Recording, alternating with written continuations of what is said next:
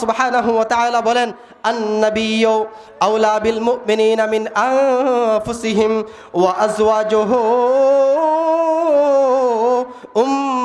উম্মাহাতুহুম। আল্লাহ সুবহানাহু ওয়া তাআলা বলেন, নবীর সাথে তোমাদের সম্পর্ক তোমাদের জানের চেয়েও বেশি, এমনকি নবীর স্ত্রীগণ তোমাদের মা স্বরূপ। বলে সুবহানাল্লাহ। অতএব যদি আত্মীয়তার কারণে পৃথিবীর কাউকে মহব্বত করতে হয়, সর্বপ্রথম রাসূলুল্লাহ সাল্লাল্লাহু আলাইহি ওয়াসাল্লামকেই মহব্বত করতে হবে। 4 নম্বর আসেন ইহসান তথা অনুগ্রহ। একজন মানুষ আরেকজন মানুষকে মহব্বত করে ভালোবাসে অনুগ্রহের কারণে। আমার আপনার নবী আমাদের উপরে কি পরিমাণ অনুগ্রহ করেছেন আলোচনা করতে গেলে লম্বা আলোচনা করতে হয়, সময় সংক্ষিপ্ত। আমি খুবই সংক্ষিপ্ত আকারে কয়েকটা ওয়াকিয়া আপনাদের সামনে বলতেছি। আল্লাহ রসুল সাল্লাল্লাহু আলাইহি ওয়াসাল্লামের গোটা জীবন মুহাম্মাদের জন্য, উম্মতে মুহাম্মাদের জন্য বিলীন করে দিয়েছেন। আল্লাহ রসুল সাল্লাল্লাহু আলাইহি ওয়াসাল্লাম জীবনে কি পরিমাণ কষ্ট করেছেন তারিখের কিতাবগুলো যদি দেখা যায়, রাসূলুল্লাহ সাল্লাল্লাহু আলাইহি ওয়াসাল্লাম নবুয়ত প্রাপ্তির অনেক আগে আল্লাহ রসুল সাল্লাল্লাহু আলাইহি ওয়াসাল্লাম কাবা চত্বরে নামাজ আদায় করতেছিলেন। ইহুদিরা কতিপয় পাশে বসা ছিল, হাসি ঠাট্টা করতেছিল, দেখো মুহাম্মদ কিভাবে নামাজ আদায় করে, সে তো রিয়ার সাথে ইবাদত বন্দিগি করতেছে। হাদিস বুখারীতে আসছে, লম্বা হাদিস। এরপরে একজন কাফের বলল, তোমরা এক কাজ করতে পারবানি? বাকিরা বলে কি কাজ? বলে অমুক গোত্রের উট জবাই হয়, উটের কিছু পছা নারী বুড়ি আছে, এগুলা নিয়ে এসে মুহাম্মদ যখন সেজদায় যাবে তার গাড়ের মাঝখানে রেখে দিবে। একজন তখন দাঁড়িয়ে গেল, আমি পারবো এই কাজ। তখন সে কথা মতো ওখান থেকে উটের পছা নারী বুড়ি রক্ত এগুলা নিয়ে আসলো। রাসূল সাল্লাল্লাহু আলাইহি ওয়াসাল্লাম যখন সেজদায় গেলেন, ওই ইহুদির দলে রাসূল সাল্লাল্লাহু আলাইহি ওয়াসাল্লামের গর্দানের উপরে এগুলো রেখে দিলেন। বলি নাউযুবিল্লাহ। আমার আপনার নবী এত কষ্ট পাইলেন, সেজদা থেকে উঠতে পারতেছেন না। রাসূলুল্লাহ সাল্লাল্লাহু আলাইহি ওয়াসাল্লামের প্রিয়তমা রাসূলুল্লাহ সাল্লাল্লাহু আলাইহি ওয়াসাল্লামের মেয়ে হযরতে ফাতেমার কাছে খবর গেল, তোমার বাবার সাথে কাফেররা এরকম করতেছে। ফাতেমা তখন ছোট্ট, দৌড়ায় আসলেন, এসে উঠেন নারী বুড়ি রাসূলের কাঁধ থেকে সরাইলেন। আল্লাহ রসুল সাল্লাল্লাহু আলাইহি ওয়াসাল্লাম সেজদা থেকে দাঁড়াইলেন। রসুল খুবই রাগান্বিত।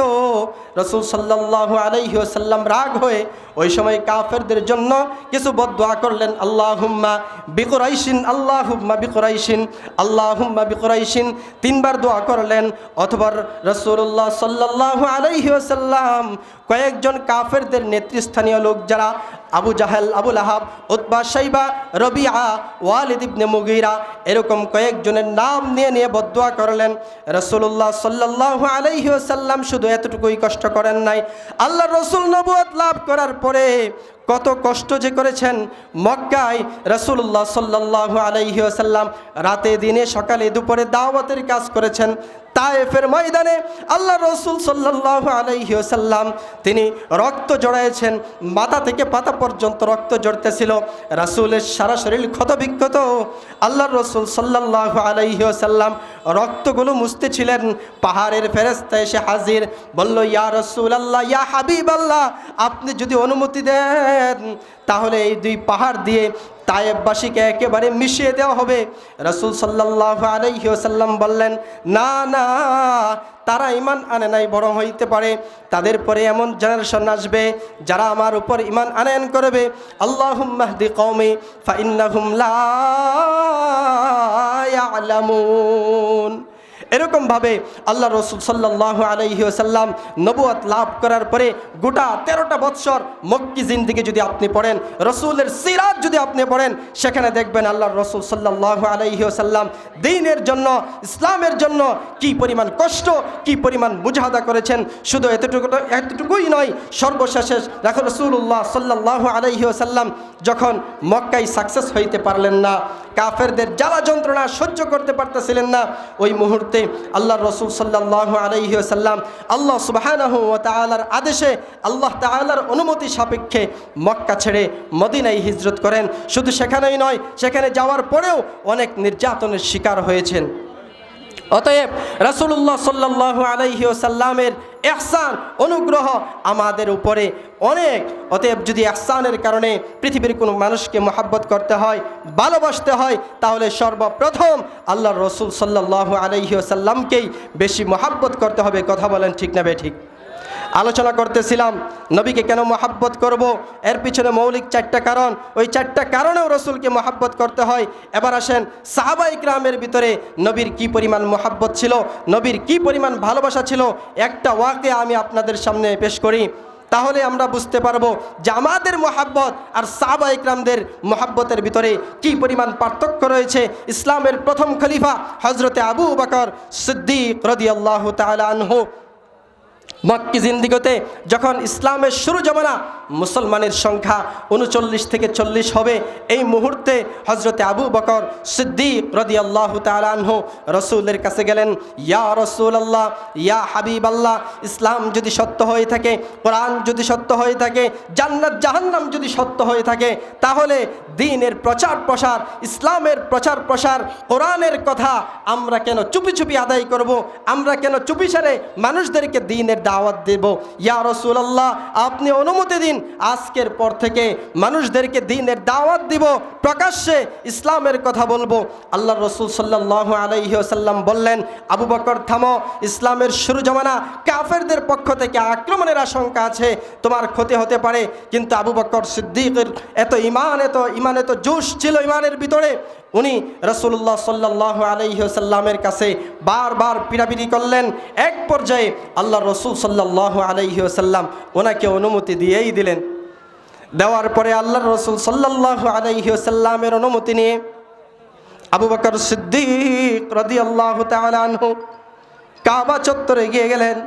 যাওয়ার পরে আবু বকর সিদ্দিক রাদিয়াল্লাহু তাআলা আনহু দাওয়াত দিলেন। সেখানে কিছু সংখ্যক কাফের মুশরিক উপস্থিত ছিল। দাওয়াত দেওয়ার ফলে আবু বকরের উপরে পরিমাণ আঘাত হইল, ওনাকে এত পরিমাণে রক্তাক্ত করা হইল, ওনার সারা শরীরকে জখমিত করে দেওয়া হইল। এক পর্যায়ে আবু বকর সিদ্দিক রাদিয়াল্লাহু তাআলা আনহু ব্যথার যন্ত্রণায় মাটিতে শুয়ে পড়লেন, অজ্ঞান হয়ে গেলেন। সারাদিন এরকমভাবে অজ্ঞান হয়ে রইলেন। সন্ধ্যার সময় তামিম গোত্রের লোকেরা আবু বকর সিদ্দিক রাদিয়াল্লাহু তাআলা আনহুকে ধরে বাসায় নিয়ে গেলেন। অনেক চিকিৎসা করার ফলে আবু বকর সিদ্দিক রাদিয়াল্লাহু তাআলা আনহুর জ্ঞান ফিরল।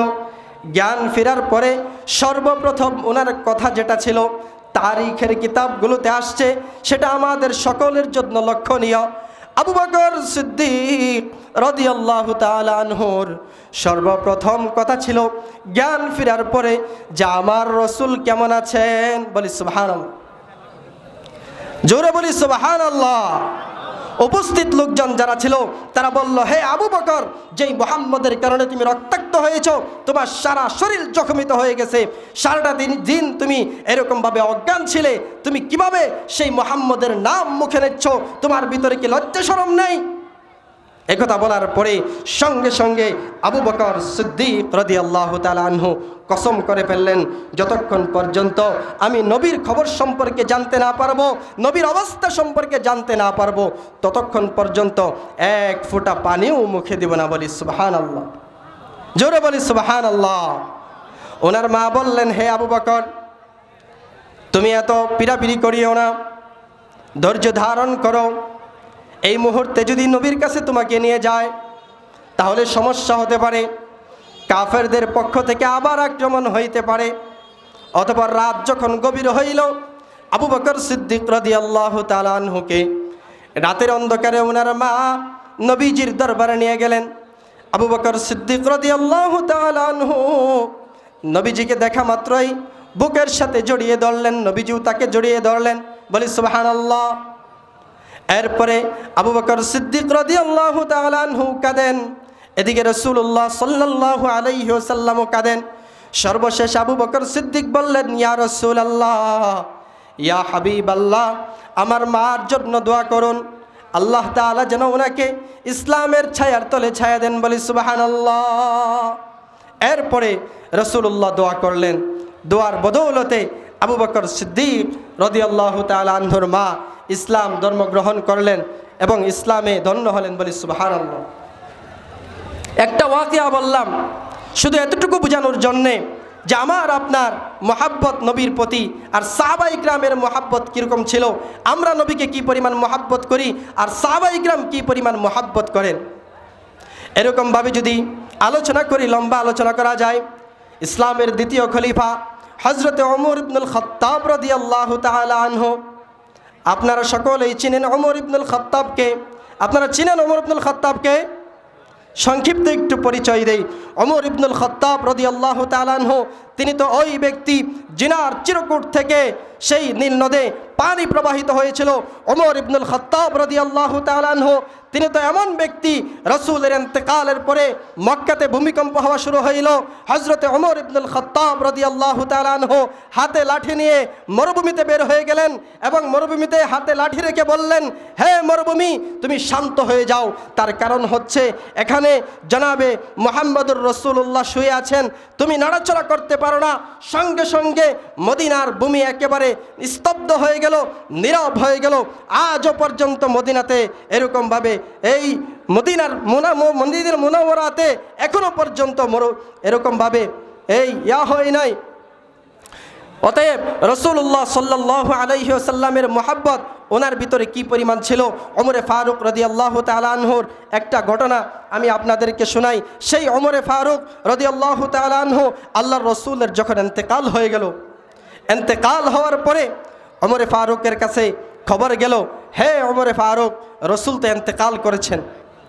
একথা শোনার পরে ওমরে ফারুক রাদিয়াল্লাহু তাআলা আনহু সাথে সাথে ওনার কুশ থেকে, খাপ থেকে তরবারি বের করে ফেললেন, তরবারি উন্মুক্ত করে ফেললেন এবং বলতে লাগলেন, যে বলবে যে মুহাম্মদ ইন্তেকাল হয়েছে, কদ কুতিলা মুহাম্মদ, মুহাম্মদের মৃত্যু হয়ে গেছে, এই কথা যে বলবে তার গর্দান উড়িয়ে দেব, বলি সুবহানাল্লাহ।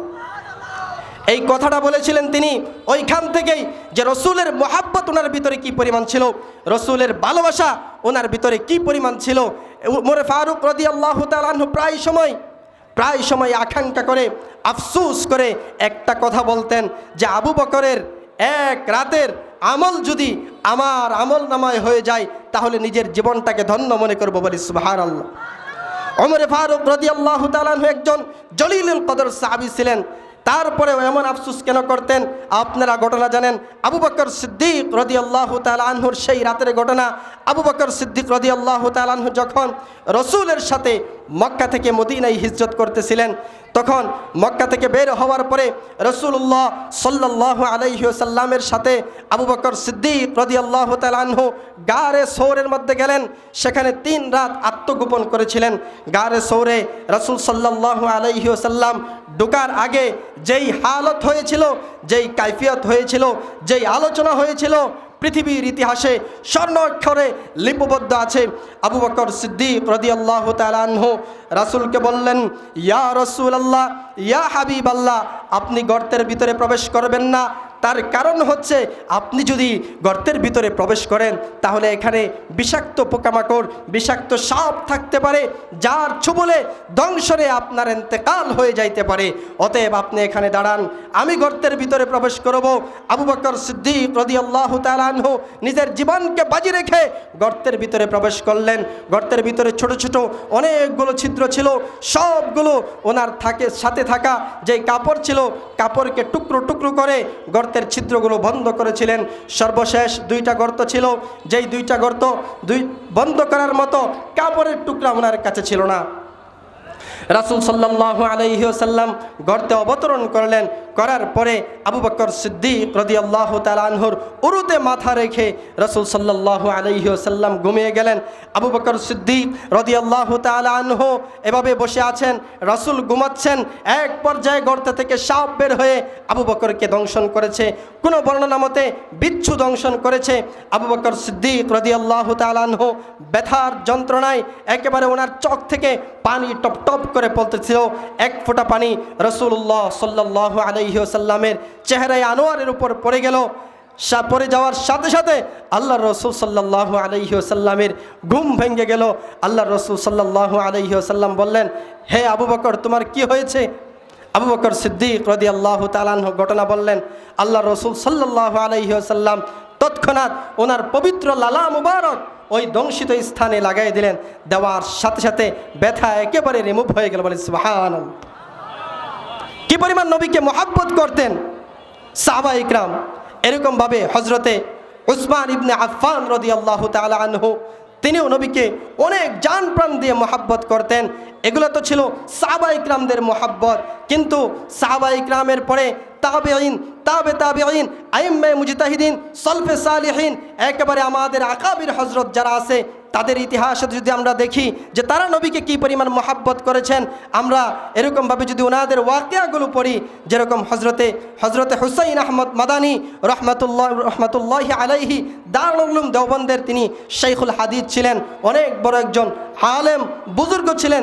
দারুল উলুমের ইতিহাসে যিনি একজন বড় নক্ষত্র, সেই হুসাইন আহমদ মাদানী রহমতুল্লাহি আলাই, ওনার ভিতরে নবীর কী পরিমাণ মহব্বত ছিল একটা ওয়াকিয়া আমি আপনাদেরকে বলি। হজরতে হুসাইন আহমদ মাদানী নবী করিম সাল্লাল্লাহু আলাইহি ওয়াসাল্লামের মাকবারার পাশে বসে দীর্ঘ 10 বৎসর হাদিসের দরজ দিয়েছেন। বলে সুবহানাল্লাহ। তিনি দরজ দিতে দিতে এক পর্যায়ে কোনো সময় যদি কোনো হাদিস ছাত্রদের বুঝে না আসতো, কোনো হাদিসের ব্যাপারে ছাত্রদের যদি কোনো কিলকাল থাকতো, কোনো এশকাল থাকতো, তখন তিনি ছাত্রদেরকে বলতেন, ও আমার ছাত্ররা, তোমরা চক্ষু বন্ধ করো এবং তোমরা এই রওদার দিকে, রসুলের মাকবারার দিকে তোমরা মোতাবজ্জো হইতো। রসুল সাল্লাল্লাহু আলাইহি ওয়াসাল্লামের মাকবারা থেকে গাইবি আওয়াজ আসতো। আল্লাহর রসুল সাল্লাল্লাহু আলাইহি ওয়াসাল্লাম গাইবি আওয়াজের মাধ্যমে হাদিস বুঝাই দিতেন। বলি সুবহানাল্লাহ। সেই হুসাইন আহমদ মাদানী রহমতুল্লাহি আলাই, উনি নবীর এত মহাব্বত ওনার ভিতরে ছিল, রাত যখন গভীর হইতো, হয়তো এই ঘটনাটা আপনারা শোনেন নাই, রাত যখন গভীর হইতো নবীর ভালোবাসা মহাব্বত ওনার ভিতরে এত পরিমাণ ছিল, উনি ওনার দাড়ি মুবারক দিয়ে, ওনার দাড়িগুলো লম্বা ছিল, দাড়ি দিয়ে আল্লাহ রসুল সাল্লাল্লাহু আলাইহি ওয়াসাল্লামের রওজায়ে আতহার, নবী করিম সাল্লাল্লাহু আলাইহি ওয়াসাল্লামের মাকবারা দাড়ি দিয়ে মুছতেন। বলি সুবহানাল্লাহ। সেই হুসাইন আহমদ মাদানী রহমতুল্লাহি আলাই, উনি একবার ছাত্রদেরকে দরজ